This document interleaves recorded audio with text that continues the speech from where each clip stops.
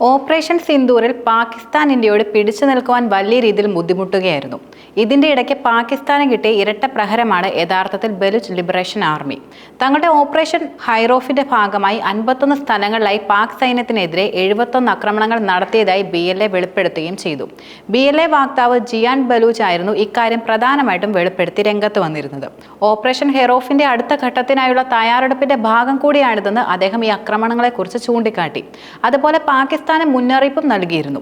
വ്യോമ പ്രതിരോധ റാഡർ കേന്ദ്രങ്ങൾക്ക് പുറമെ പാകിസ്ഥാന്റെ 8 വ്യോമ താവളങ്ങളെങ്കിലും ഇന്ത്യ തകർത്തപ്പോഴായിരുന്നു പാകിസ്ഥാനിൽ ഈ സംഭവ വികാസങ്ങളും എല്ലാം തന്നെ നടന്നത്. സൈനിക ഏകോപനം, കരനിയന്ത്രണം, അതുപോലെ പ്രതിരോധ സ്ഥാനങ്ങൾ എന്നിവ പരീക്ഷിക്കുന്നതിനും ഭാവിയിലെ സംഘടിത യുദ്ധത്തിന് ഗ്രൂപ്പിന്റെ സന്നദ്ധത ശക്തിപ്പെടുത്തുന്നതിനും ലക്ഷ്യമിട്ടുകൊണ്ടുള്ള 71 ഓപ്പറേഷനുകളാണ് ഇതുവരെ കൂടുതലും നടത്തിയതെന്ന് BLA വക്താവ് പറഞ്ഞതായി ദേശീയ മാധ്യമങ്ങളെല്ലാം തന്നെ പ്രധാനമായിട്ടും റിപ്പോർട്ടും ചെയ്തിരുന്നു.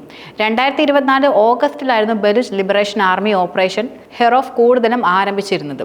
ബലൂച്ച് സ്വയം നിർണായ പ്രസ്ഥാനത്തിന്റെ ഭാഗമായിട്ടുള്ള ഏറ്റവും വലുതും അതുപോലെ ഏറ്റവും ഏകോപിതവുമായ സായുധ ക്യാമ്പയിൻ ആണെന്നാണ് കൂടുതലും വിശകലന വിദഗ്ധർ ഈ ഓപ്പറേഷനെ വീക്ഷിക്കുന്നത്. ലക്ഷ്യങ്ങളിൽ പാകിസ്ഥാൻ സൈനിക വാഹന വ്യൂഹങ്ങൾ, അതുപോലെ ചെക്ക് പോസ്റ്റുകൾ, രഹസ്യാന്വേഷണ ഏജൻസികൾ, ധാതു ഗതാഗത വാഹനങ്ങൾ, സർക്കാർ പിന്തുണയുള്ള സായുധ സംഘങ്ങളിലെ അംഗങ്ങൾ എന്നിവയൊക്കെ ഉൾപ്പെടുന്നുവെന്ന് അദ്ദേഹം ചൂണ്ടിക്കാട്ടുകയും ചെയ്തു. അതുപോലെ ബലൂചിസ്ഥാനിലെ പാകിസ്ഥാൻ ഭരണത്തിന് പുറമെ മേഖലയിലെ ചൈനീസ് സാന്നിധ്യത്തെയും അതുപോലെ ബലൂച്ച് ലിബറേഷൻ ആർമി ശക്തമായി എതിർക്കുകയും ചെയ്തിട്ടുണ്ട്.